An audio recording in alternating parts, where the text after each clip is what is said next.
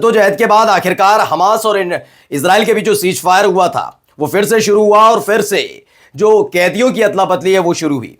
आज हमास के कब्जे से कई सैनिकों को छोड़ा गया, तो वहीं दूसरी तरफ इजराइल ने भी कई फिलिस्तीनियों को रिहा किया है। उसकी एक एक तस्वीर आपको दिखाऊंगा। लेकिन यही नहीं, इजराइल में कई लोग ऐसे भी बैठे हुए हैं जिनके अपने परिवार वाले हमास के कब्जे में नहीं है, इसलिए वो भरपूर ज्ञान दे रहे हैं और उनके भरपूर ज्ञान पर इजराइल की तरफ से ही, इजराइल के नागरिकों की तरफ से भी लानत मलानत भेजी जा रही है। नमस्कार, मैं हूं प्रज्वल गौतम और आप देख रहे हैं the live TV. The live TV, सच सबसे आगे।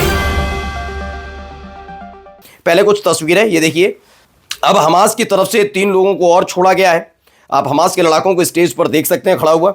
ये रेड क्रॉस के हवाले जो करने की प्रक्रिया लगातार लंबे समय से चल रही है, जब से ये सीज फायर शुरू हुआ है तब से ये सारी गतिविधियां कुछ ऐसे ही भेजी जाती हैं। अब आप देखिए, फिर से 3 लोगों को रिहा किया गया।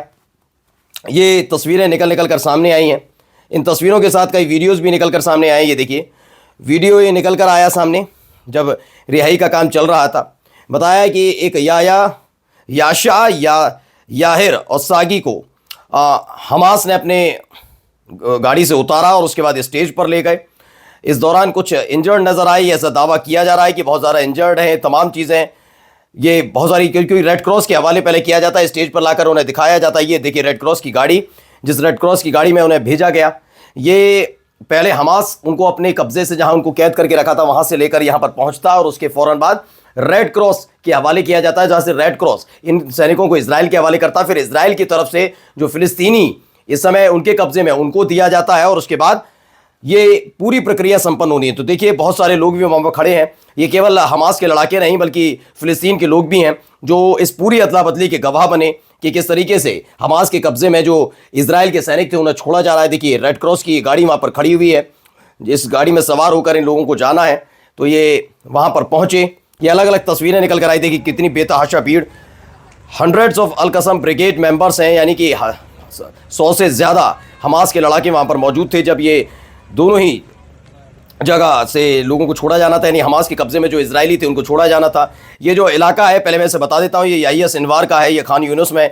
वहाँ पर उनकी रिलीज़ से पहले ये तैयारी की गई थी कि किस तरीके से रिलीज़ की जाएगी। हाथों में हथियार देख सकते हैं, फिलिस्तीन के झंडे लगे हुए हैं, लोगों की मौजूदगी है, हमास के लड़ाके हैं और इन सब के बीच 3 लोगों पर नज़र गड़ी हुई है। ये देखिए वीडियो भी निकल कर सामने आई जिसमें हमास के लड़ाके एक कतार में चलते हुए नजर आए। ये जो गाड़ियां आप देख रहे हैं, इन गाड़ियों में सवार होकर ये लोग आए थे और इन्हीं गाड़ियों में इजराइल के उन 3 लोगों को लाया गया था जिनको पहले रेड क्रॉस के हवाले किया गया और ये तमाम चीज़ें निकलकर सामने आई हैं। चलिए आगे की कुछ और तस्वीरें भी दिखाऊंगा, लेकिन उससे पहले ये देखिए फ्लड ऑफ द फ्री कैदी विनिमय सौदा का 6वां बैच चल रहा है। यानी 6वां ये विनिमय सौदा है, यानी कि जो डील हुई उस आधार पर यह 6ठी बार रिहा किया जा रहा है। फिलिस्तीनी जो प्रतिरोध है, यानी जो सारे के सारे फिलिस्तीनी लड़ाके हैं, यानी हमास के लड़ाके हैं, उन्होंने खान यूनिस इलाके में गजा में जमा हुए और उसके बाद अल कसम ब्रिगेड और सराय अल कदूस के सदस्य उस इलाके में मौजूद रहे, जहां पर 3 इजरायली कैदियों को रिहा करने का फैसला किया गया। अब इनके बदले में क्या हो रहा है, कैदियों की अदला बदली में 3 कैदी जो हमास के कब्जे में थे इजराइल के, उनको छोड़ा गया, तो उनके बदले में 369 फिलिस्तीनियों को रिहा किया जा रहा है। तेहरान की तरफ से खबर है कि जो फिलिस्तीनी है, यानी हमास है और इजराइल के शासन के बीच जो कैदियों की अदला बदली का समझौता है, उसका एक 6ठा दौर था जिसमें 3 इजरायली कैदियों के बदले 369 फिलिस्तीनी बंदियों को आज रिहा किया गया। तो ये तस्वीर निकल कर आई। अभी उनकी तस्वीरें निकल कर नहीं आई कि उनको कैसे रिहा किया गया। फिलहाल इजराइल के जो कैदी हैं और हमास के कब्जे में, उनको रिहा करने की तस्वीरें निकलकर सामने आई हैं। अल कसम ब्रिगेड और अल कदूस ब्रिगेड के सदस्यों ने इजराइल और जो वहाँ के प्रतिरोध के बीच कैदियों के जो 6ठा बैच है इसे भेजा गया। अंतर्राष्ट्रीय जो संगठन है रेड क्रॉस के हवाले किया गया। ये चीज़ें निकल कर आई। चलिए कुछ और वीडियोस भी पहले मैं आपको दिखा दूँ, तस्वीरें दिखा दूँ। ये देखिए ये 6ठा बैच है, पूरी तरह से तैयार, गाड़ियों के ऊपर तक खड़े हुए हैं। ये गाड़ियाँ, ये हमास के कब्जे वाली गाड़ियाँ हैं, हमास के लड़ाकों की गाड़ियाँ हैं। पूरी तैयारी, ये वो स्टेज है जिस स्टेज पर खड़े होकर ये अनाउंस किया गया कि ये वो इजराइल के कैदी हैं जिन्हें इतने दिनों से कैद में रखा था हमास ने और उसके बाद रिहा किया जा रहा है। यहीं पर ये सारी की सारी चीज़ें हुई। काफ़ी तस्वीरें देखिए, एक ये तस्वीर भी निकल कर आई जिसमें इजराइल का जो कैदी है वो मौजूद था वहाँ पर। ये तमाम अलग अलग तस्वीरें निकल कर सामने आई। देखिए जब ये रेड क्रॉस की जो गाड़ियाँ हैं उनको रिसीव कर लिया और रिसीव करने के बाद ले जा रही थी, तो उस समय आप हज़ारों की तादाद में वहाँ जो लोग मौजूद हैं, पूरा झुंड मतलब फ़िलिस्तीनियों का वहाँ मौजूद था इस ऐतिहासिक पल के तौर पर।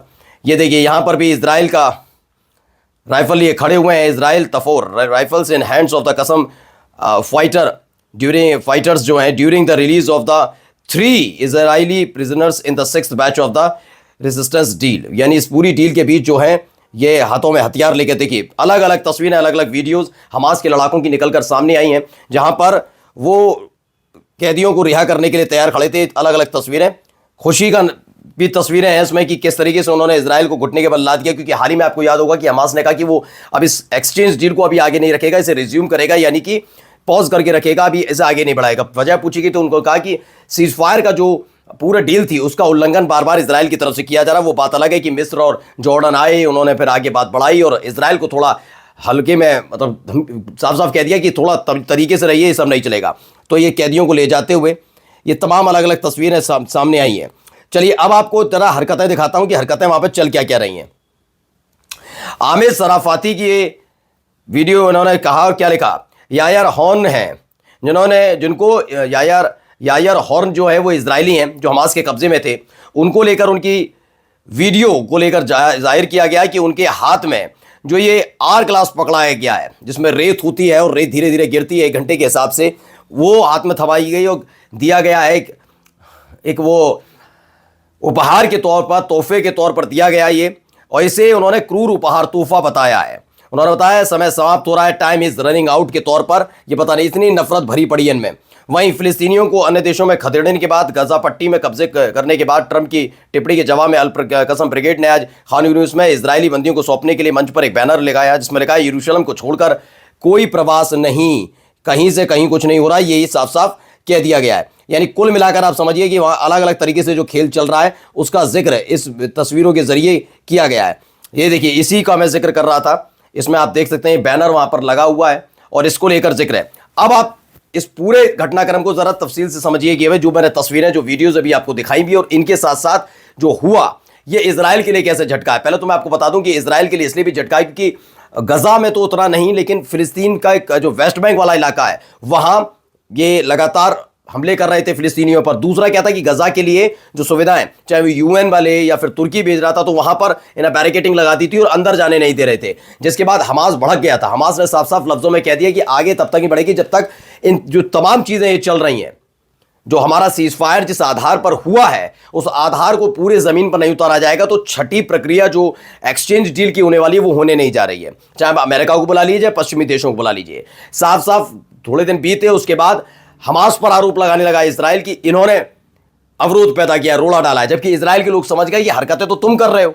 तो इजराइल के जो वो लोग जिनके अपने लोग हमास के कब्जे में, उन्होंने बेंजामिन नेतन्याहू और उनके कैबिनेट मंत्रियों के खिलाफ मोर्चा खोल दिया था। उनकी भी तस्वीरें उन्हें दिखाई थी, सड़क पर ही नहीं, नेसेट जो संसद है इजराइल की वहां तक ये आवाज उठने लगी थी।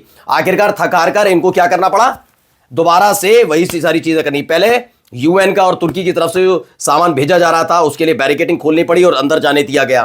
फिलिस्तीन को लेकर, फिलिस्तीनियों पर जो हमले वेस्ट बैंक में हो रहे हैं उसको लेकर एक फैसला लेना पड़ा। तो ये तमाम चीजें कुल मिलाकर घुटना टेकना पड़ा इजराइल को, और हमास एक बार फिर से अपनी डील पर वापस लौटा है। नमस्कार।